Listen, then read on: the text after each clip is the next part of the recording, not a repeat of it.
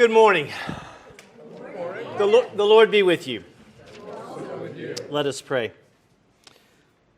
Almighty and merciful God, we remember before you all poor and neglected persons whom it would be easy for us to forget, the homeless and the destitute, the old and the sick, and all who have none to care for them. Help us to heal those who are broken in body or spirit and turn their sorrow into joy. Grant this, Father, for the love of your Son, who for our sake became poor, Jesus Christ our Lord. Amen. Well, I want to welcome you to this segment of Invoke 30. As hopefully you've seen the bulletin, this three-part series has been titled Blessings in the Chaos. As we are spending this 30 minutes each Sunday, last Sunday, today, and next week, focusing on some things and some ministries that we've been involved with and have supported here at St. Peter's in a variety of ways. And my hope is that as we engage in these conversations with each other, there will be some other things that will hopefully ignite a fire or a passion within us as we look for how it is that we continue to reach out to, respond to, be with, and be part of the needs and concerns of those who are all around us. One of the things that has, let me back up. As I have spent time over the last month or 6 weeks engaged in what we have called meaningful conversations that have been connected to our annual giving, one of the consistent themes of those conversations has been outreach. Questions about what are we doing, what are we thinking about doing, what can we do, could we do, et cetera, et cetera. It also has become obvious to me that in some cases, and in many cases, there's a lot of, and I don't mean this to sound negative, a lot of ignorance about what we are doing or what we have done. And so what I hope is that we can continue to try to raise the various levels of our consciousness about how we are participating in outreach, but then look again for new ways and some ways that hopefully will take us to a different place and to a different level. If you were in worship a while ago, you know that I held up one of these bags that most of you are very familiar with. It was kind of funny. Kelly went, as she saw me hold up the bag, I turned around to clarify a date with her, and she was gone. And when we got up to the altar, I found out she'd gone to get the bags to put up out in the narthex, thinking that today was the day for bag pickup. And then she realized it was not. So as we processed out, she grabbed the bags and hid them somewhere. But I use this as a visual aid today because you all know, and many of you participate in taking these bags, picking up a bag, taking it home, filling it up, or a bag or more bags, and then bringing them back into church, where then Bill Gilbert and Jim Gilbert and maybe others, and Jim's going to talk a little bit about that, transport the groceries that are collected here down to the pantry at Trinity Episcopal Church. So one of the things that's been part of my experience is that it's, sometimes we do things like this. We participate in these kind of things, and it just kind of becomes rote. It kind of becomes, okay, here's the bag. I can take it home. I can put it in. But what's really going on? Where is? I mean, how many of you have been to Trinity, to the food pantry or to Trinity Episcopal Church? Okay, so not half of us. I haven't yet. I've met with the rector of Trinity and had some conversation with him. I actually invited Deacon Barbie Click, who runs the pantry, to be with us today, and she wasn't able to do that. But we'll try to find another time to get her here. So again, what I wanted us to do was to spend a little bit of time thinking about what it is that we're doing, the impact of what we're doing, and then just have some conversation around food insecurity and what it is that maybe you all know, and you know a lot more than I do at this point, about that part of the need in our community. And then Bill's going to say some things about, quite frankly, how impactful we are in helping to provide food for the pantry. So as you all know the drill, we're going to have 30 minutes. We started right at 9, so at 9:30 I'll call time, and we'll move on. But I want to just flip through a few things. This comes primarily from information that's available either on their website or in other places about the Trinity Food Ministry. Been around for a long time, is doing things that is significant in the Central West End, and I'm sure that the reach goes even beyond that. My impression is this is somewhat of a mission statement. To be as Christ in the midst of people, to be the incarnate, to live out what it means to be a person who follows Jesus, to represent Jesus. And to do it in the name of Jesus for, again, for the least of those that we, excuse me, that we know that Jesus was consistently and constantly in contact with and reaching out to. Love in action, offering meals, bags of groceries, but is it enough? And as we know, the answer to that question is consistently no. And one of the most significant issues is how is it that, in my opinion, how is it that we deal with things related to food security in a country where, even though obviously we have issues, we have economic challenges sometimes, we are still one of the, if not the wealthiest countries in the world. Why is it that anyone has to experience food insecurity? Why does anyone have to go hungry, especially children? I think this is probably still accurate. Bill may be able to say a little bit more about that, but everything I saw, I think it's around somewhere between 9,000 and 10,000 individuals who are served meals 3 days a week. And again, their food ministry goes beyond the pantry. They're actually also serving, as some of you probably know, they're also serving hot meals to those who come in. So that's a big number. That's not an insignificant amount of food that's being provided. Okay, so you can see here's some statistics from the end of 2020, but still between 9,000 and 10,000 that were served. 4,000 people served at a hot lunch on Sunday.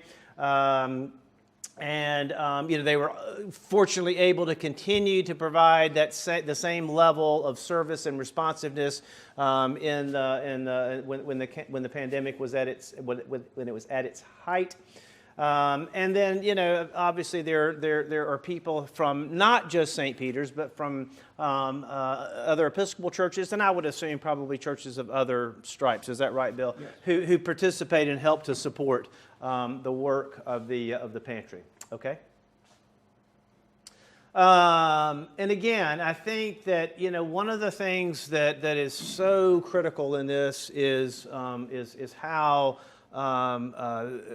what goes on with hunger affects families and children. I think I've heard in this community that there is a backpack program that provides food for children who come from families where there are some challenges to be able to go home and have something to eat on the weekends. But as we all know, in terms of their emotional, intellectual, and physical development, this is critical. And there's also a real challenge in some communities, and again, I don't know what that is here, but I suspect it's the same, for families to be able to find places to go as a family if they are homeless. Some shelters are obviously geared to adults, but to bring children in is a little different. Okay. This is just some more information about how many children are living in food insecure households, which again to me is just kind of staggering, amazing, and ridiculous, quite frankly. So I think, again, thinking about how it is that we're helping to support a ministry that's providing a small part of the solution to this is really, really important. Okay? And then again, just a view of what's going on at Trinity. Okay. Deacon Barbie, and then here's just some I don't know who the other person is. That's Debbie Wheeler. Okay. Her partner. Okay. Who's always there to help. Okay. All right. So again, you all have seen. Hopefully, you've seen Bill load up his what is it, a van you have? Yeah. His van or something out there on Sunday mornings. I know that most recently we put out an appeal because there was a more significant need, and you all responded. But seeing those groceries piled up in that van and knowing where they're going is something that we can quote quote be proud of. But again, I think hopefully then it's another way of helping us to think about this significant issue. All right, Bill, the floor is yours, sir. Thank you for being part of this. Well, thank you. Yes, and David, the response by St. Peter's was wonderful when Barbie sent me a note the Thursday before our last pickup saying that they were really short because of supply chain issues. They were really short. They didn't expect to get they get food from the operation from the St. Louis Food Bank. They buy food from St. Louis Food Bank. It's cheap, but they buy it. But they were out of stuff, and they weren't going to get delivery till Thursday. And she'd said that Tuesday, the following Thursday, and the pantry's open Tuesday, Wednesday, and Thursday. So they were going to be really short, and she asked if we could. They count on us for everything for food, and they asked if we could make a special effort, and we did. And I got a really nice text that afternoon from Barbie, and she was really pleased that we've been doing during COVID. We've been doing about 30 or 35 bags a month, and we did 75 bags. So it was really good. Yeah, and considering the number of people in church, it was a phenomenal number. So it was really good. Prior to the pandemic, we used to do. And I think you got a written thank you. Oh. Thank you. Prior to the pandemic, we were doing about 800 bags a year. The last couple of years has been about half of that, which is understandable. We're still doing well. It's just, from that, along with that, David shows the list. We get a list every month of what to bring. Everything is welcomed. I mean, we put out suggestions because there's not necessarily. That's not exactly what they need every time. So they're all on the list of things they're looking for on a regular basis. But if you have other things, if I'm at the store and I see a clearance on something that's got a good expiration date on it, and I'll buy a bunch and just bring it along. So, if you happen to, I ran into macaroni and cheese for 15 cents a box one time, and I think I bought 2 cases just because, it was really cheap, and it was had a funny shape or something in it, or something, but there was something they were closing out. So, it's just, they can use most anything as long as it's not out of date. And thank you. Bill, that's good to know because I see stuff like that, and I always Make sure you use the mic because we're recording. Just hand him the mic, Bill. sorry, because I see things like that from time to time, and I try not to deviate from that because I don't want to, fill them up with stuff they don't need or don't want. And so, if they will be able to use that, that's good to know. Right. Oh yeah, and we just rotate the lists. Like we have 4 or 5 lists we rotate every, through the year. But yeah, whatever, and things like toilet paper are always needed. I mean, there's some stuff that just, and Barbie, because when we asked for a list, she said, just keep doing what you're doing.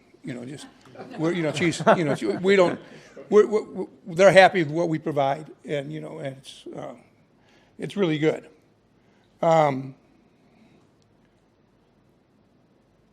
And like I say, they do it. They give out stuff 3 days a week, and that's so they get a lot of people in. And you can only come in, you can't keep coming in. You know, Barbie, she's got this down to a science, and she knows who's there, and she knows who's trying to scam them, and, you know, sneak in extra time, and she knows she knows the people, and she cares about them, and it's a really good service. We also do at Trinity the hot lunch on Sundays, and they've been doing that for a long time too. There's about 15 or 17 organizations that participate. There are some that cook but don't serve. Most of them cook and serve like we do, and there's a couple groups that just serve. And they're mostly religious organizations, but I think there's a Girl Scout troop that does it a couple times a year, and a couple other groups that participate. There are several Episcopal churches, but there's at least one Jewish synagogue and a Lutheran church and a Methodist church, and there's a bunch of different groups that are involved. It's pretty ecumenical. And we do it 4 or 5 times a year. Our next one's coming up on March 27th. And for the way the hot lunch works, the doors open at 2 o'clock. People can come in, they close the doors at 2:30. And normally it's a sit-down meal. The last few years, obviously, they've been mostly carry out. There's a real hope that we can start back up in March sometime with at least a partial sit-down. They were going to do it in December before things got real high again. And they did it 1 week, and they had a capacity they set the limit at 30 people inside, and only about 15 came in. And the other 65 or 70 just picked it up to go. And the same thing will happen. There'll be a limit of some number. And so I'm going to talk to Molly and some of the other people that regularly help out and gauge our comfort with going to open, because they asked that question. I think I'm okay with it, but you know, everybody's always masked. For the hot lunch, we cook that and we serve it. I do something real simple. I do a nice lasagna and a salad and breadsticks, and Jim makes those great brownies that often smell up the sanctuary on Sunday morning, and I apologize for that, but they're really good brownies, and everybody seems to like them. So we cook here, pack it up in Cambros to keep it warm, and take it down to St. John's, and then the volunteers show up about 1 o'clock, and now we package the food to go. Normally we'd have a little serving line, and people walk through and they can have whichever things they want. We tried not to. For a long time, we just gave them a plate of stuff, and then we decided it'd make more sense to let them pick what they want. If they don't want a salad, they don't have to have salad. But obviously, to go, they get what they get. But and it takes 5 people to do it if we're there for all to go. It takes 6 or 7 or 8 people to serve, because we got to serve water and drinks and stuff for a sit down. So it takes a bunch of volunteers, but we show up at 1 o'clock and we're out of there by 3. So and there is a sign-up sheet on each table with the dates coming up for the rest of the year if you're interested. We also do, as part of our food ministry, but not at Trinity's, we also do the peace meal at St. John's Episcopal Church in Tower Grove. And that's on Saturdays. And that's a little different in that one there's more socializing, and that the doors open at 4 and stay open until 5:30. And there are a bunch of people that come at 4 and sit through the whole thing. You know, it's a chance to talk to people, and there's a bunch of people that I think they meet each other once a week and sit and talk. And that one, we cook the meal, but we don't plan the meal. We're just volunteers. We show up, and the coordinator has planned the meal and has the stuff and gives us directions on what to do. And sometimes, there was one time we had to peel 50 pounds of potatoes and 25 pounds of carrots and make mashed potatoes and chop up carrots, and I thought that would never end. I mean, it was a whole lot of work. Sometimes I wonder who does some of this thinking, because some of that stuff, it's almost as cheap to go and get it already done at Sam's or someplace and not have to do all that work, and you don't save much money. As far as money's concerned, the hot lunch that we serve and cook, we pay for. The church pays for that. At the piecemeal, they donate. They do everything, and then we just show up and do the work. Although there's some of us that volunteer, make a contribution anyway, just to help offset the costs. Over the years, we started both meals and the food gathering for Trinity in 2014. So we're in March of 2014. So just have done it for 8 years. Over that period of time, we've had 110 different volunteers from St. Peter's that have helped cook those 2 meals. So it's a pretty broad spectrum of people that, and especially at Trinity, at St. John's, youth can help out. If you're 12 or above, it's, it little depends on how the parents feel, but they can. There's things they can do while we're cooking and serving. Also, for that, at St. John's, since we show up at 2:00 to cook and don't finish till 6, some people work 2 to 4:30, and other people might come in at before 4 and work till 6. A lot of people work the whole time, but that one we can make shifts out of if that's what works for people.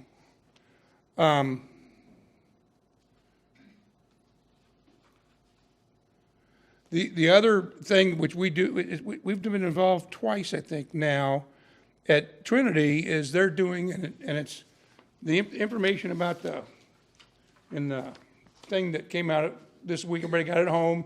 There's an article about the food pantry on the 27th, and there's also an article about the Lenten drive for shoe and foot care that we're doing at Trinity again this year.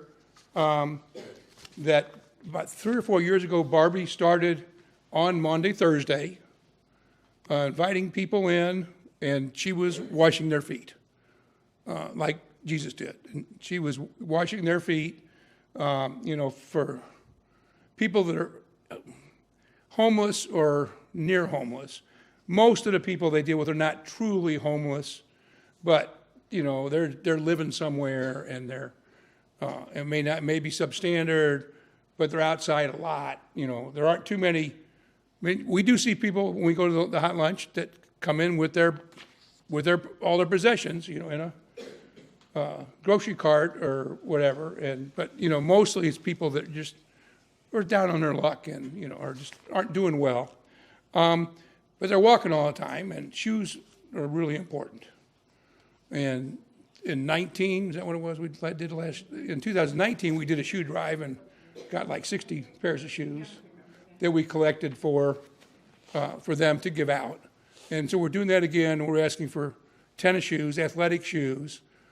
Their clients are mostly men, so we're looking at shoes that are like 10 to 12 in size, men's shoes 10 to 12 in size, and then foot care items like Gold Bond foot lotion and powder and toenail clippers and stuff that we're going to, the Palm Sunday is the last day of collection on April 10th, and we'll deliver it to them, and then Barbie will distribute those to their clients in the near future.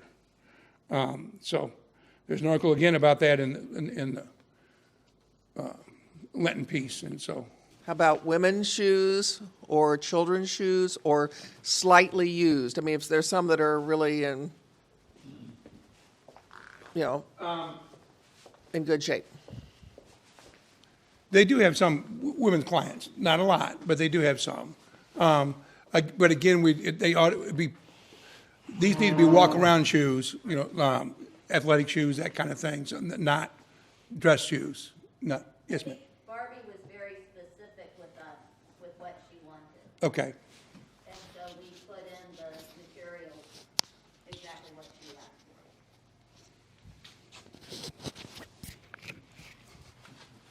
for. Okay. Yeah, so that, I mean, that's, that's starting, starting now. You've got the information about that. And and for those of you, if you haven't been to a hot lunch, it's very interesting. It's heartwarming.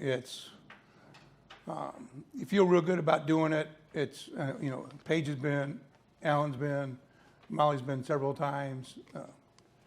Dudley?